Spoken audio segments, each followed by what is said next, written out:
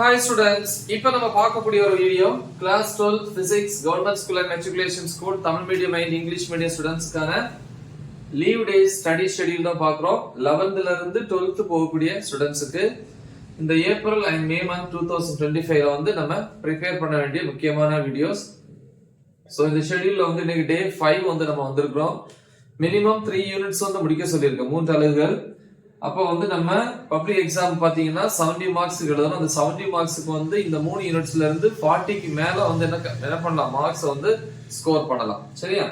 So அதே மாதிரி வந்து இப்ப ஃபர்ஸ்ட் யூனிட் தான் பார்த்துட்டு இருக்கோம். ஃபர்ஸ்ட் யூனிட்ல இருக்கிற எல்லா டாபிக்ஸும் தமிழ் மீடியமும் தனியா இருக்கு, இங்கிலீஷ் மீடியம் தனியா இருக்கு, எல்லாத்தையும் டீச் பண்ணி வீடியோஸா போட்டிருக்கிறேன்.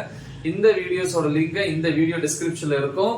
நீங்க அதை கிளிக் பண்ணீங்கன்னா நம்ம டெக்ஸ்ட் புக்ல இருக்கக்கூடிய அந்த ஆர்டர்லயே என்ன டாபிக்ஸ் அப்படி வரிசையா இருக்கும். அதை பார்த்து நீங்க இந்த ஷெட்யூலை வந்து ஃபாலோ பண்ணுங்க. சரி, பாப்போம். டே 5 மார்னிங் அல்லது ஆஃப்டர்நூன். சரி, ஆஃப்டர்நூன் ப்ரிப்பேர் பண்றவங்க அல்லது ஈவினிங் ப்ரிப்பேர் பண்றவங்க இந்த 1 ஹவர்னா இந்த 1 ஹவர் அங்க யூஸ் பண்ணிக்கணும். நான் மார்னிங் அந்த டைம் கொடுத்துருக்கேன். ஓகேவா?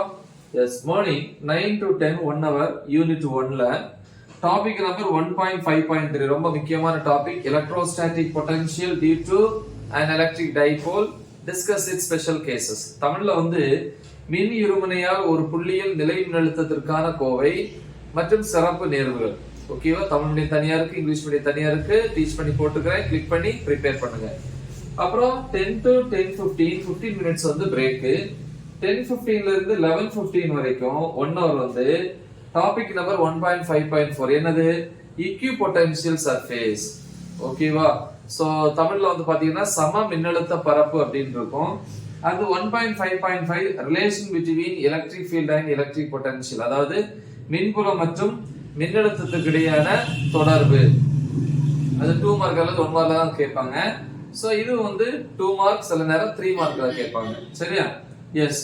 சோ அடுத்து 11:15 ல இருந்து 11:30 15 மினிட்ஸ் இருக்குல்ல, இந்த 15 மினிட்ஸ்ல இந்த டாபிக்கை வந்து என்ன பண்ணுங்க, அந்த இடத்துல எழுதி பாருங்க, பிராக்டிஸ் பண்ணுங்க. ஓகேவா? எனக்கு படிக்கிறதுக்கும் அந்த வீடியோ பார்க்கிறதுக்கும் 1 ஹவர் தேவைப்படும். அடுத்து 11:30 to 11:45 15 மினிட்ஸ் வந்து பிரேக். 11:45 ல இருந்து 12:45 வரைக்கும் 1 ஹவர் மத்தியானம். எடுத்துக்காட்டு எக்ஸாம்பிள் 1.14. ஓகேவா? அடுத்து டாபிக் வந்து 1.5.6ங்கிற டாபிக்கையும் ப்ரிப்பேர் பண்ணுற இடத்துல என்ன அப்படின்னா, electrostatic potential energy of collection of point charges, அதாவது கூட்டமா இருக்கக்கூடிய மின் துகள்களால் அல்லது மின்னூட்டங்களால என்னது, நிலை மின்னழுத்த ஆற்றலுக்கான கோவை. சரியா?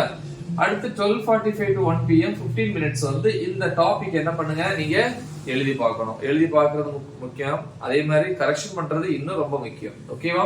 சோ முக்கியமான ஒரு வீடியோ, தெளிவா பிராக்டிஸ் பண்ணுங்க. மறக்காம இதை உங்க ஃப்ரெண்ட்ஸுக்கு ஷேர் பண்ணுங்க. All the best. தேங்க்யூ.